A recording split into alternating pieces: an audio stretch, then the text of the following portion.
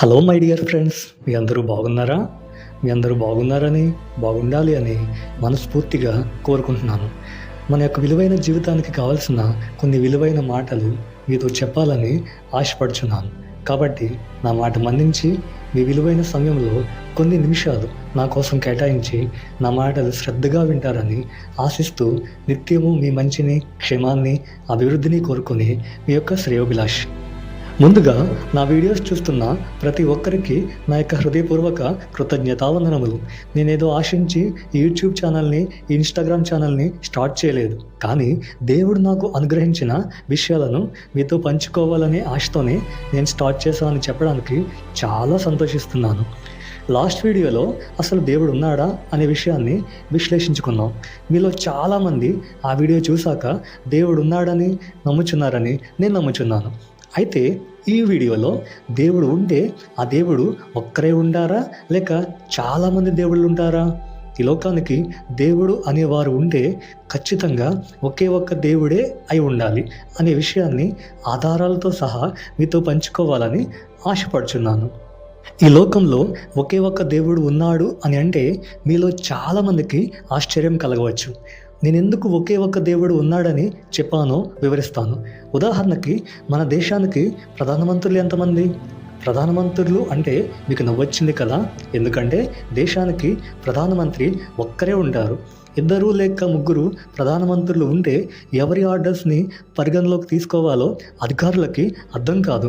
అందుకే దేశానికి ప్రధానమంత్రి అయినా, రాష్ట్రానికి ముఖ్యమంత్రి అయినా ఒక్కరే ఉంటారు, ఒక్కరే ఉండాలి కూడా.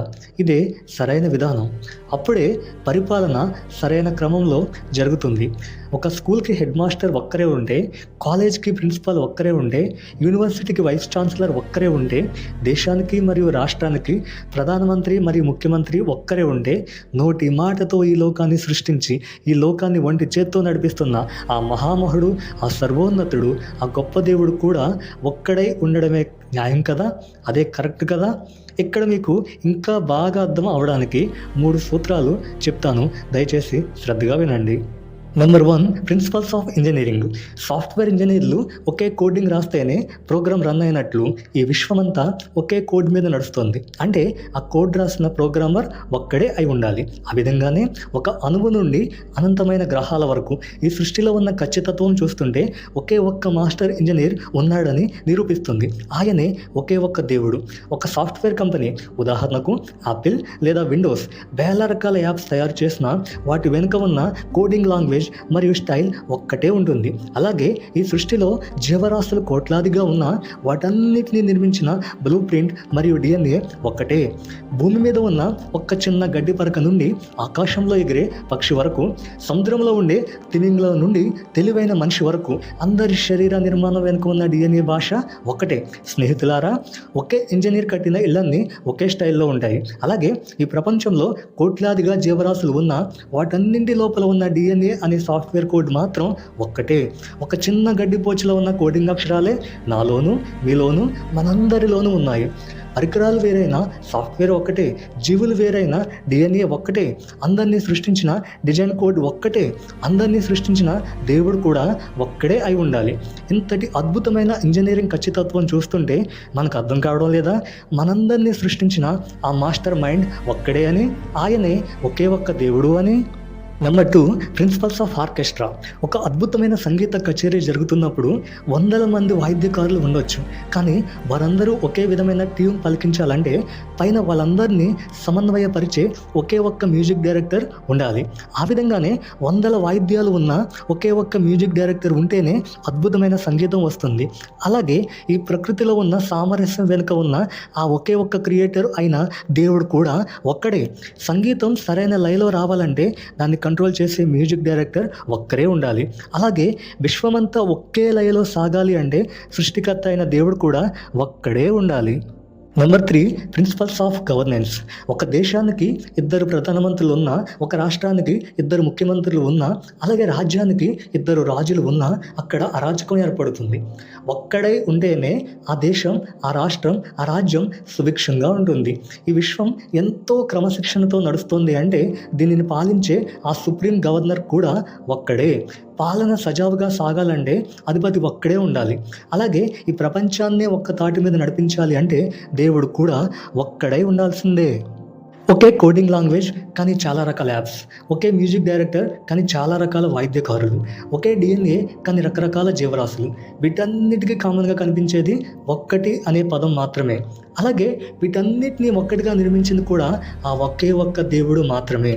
ఒకే భూమి, ఒకే ఆకాశం, ఒకే సూర్యుడు, ఒకే చంద్రుడు అనేది ఎంత నిజమో అలాగే ఒకే ఒక్క దేవుడు అనేది కూడా అంతే నిజం. ప్రతిరోజు టైం టు టైం సూర్యుడు, చంద్రుడు వస్తున్నాయి అంటే వాటిని టైంకి ఎవరో ఒకరు పంపిస్తున్నారు. ఆ దృశ్య శక్తే ఒకే ఒక్క మహాదేవుడు. ఖండానికో దేవుడు, దేశానికో దేవుడు, రాష్ట్రానికో దేవుడు, జాతికో దేవుడు, కులానికో దేవుడు, మతానికో దేవుడు, వర్గానికో దేవుడు, వర్ణానికో దేవుడు, ఇలా 2 దేవుళ్ళు లేదా 3 దేవుళ్ళు లేదా 101 దేవుళ్ళు లేదా 3,000,000 దేవుళ్ళు ఉంటే ఈ సూర్యుడు, చంద్రుడు, ఈ సృష్టి, ఈ జీవరాశి ఎవరి మాట వింటాయి లేదా ఎవరి ఆధీనంలో ఉంటాయి? భూమి, ఆకాశం, సూర్యుడు మరియు చంద్రుడు ఈ మొత్తం సృష్టి వాటి పనులను వాటి సమయాలలో నిర్వర్తిస్తున్నాయి అంటే వాటన్నిటినీ ఈ సృష్టి అంతటిని నడిపించే అదృశ్య శక్తి ఉంది. ఆయనే ఒకే ఒక్క దేవుడు, ఒకే ఒక్క మహాదేవుడు. ఒక్క మాటలో సూటిగా స్పష్టంగా చెప్పాలంటే ఒకే ఒక్క దేవుడు అయితేనే ఇవన్నీ సాధ్యం.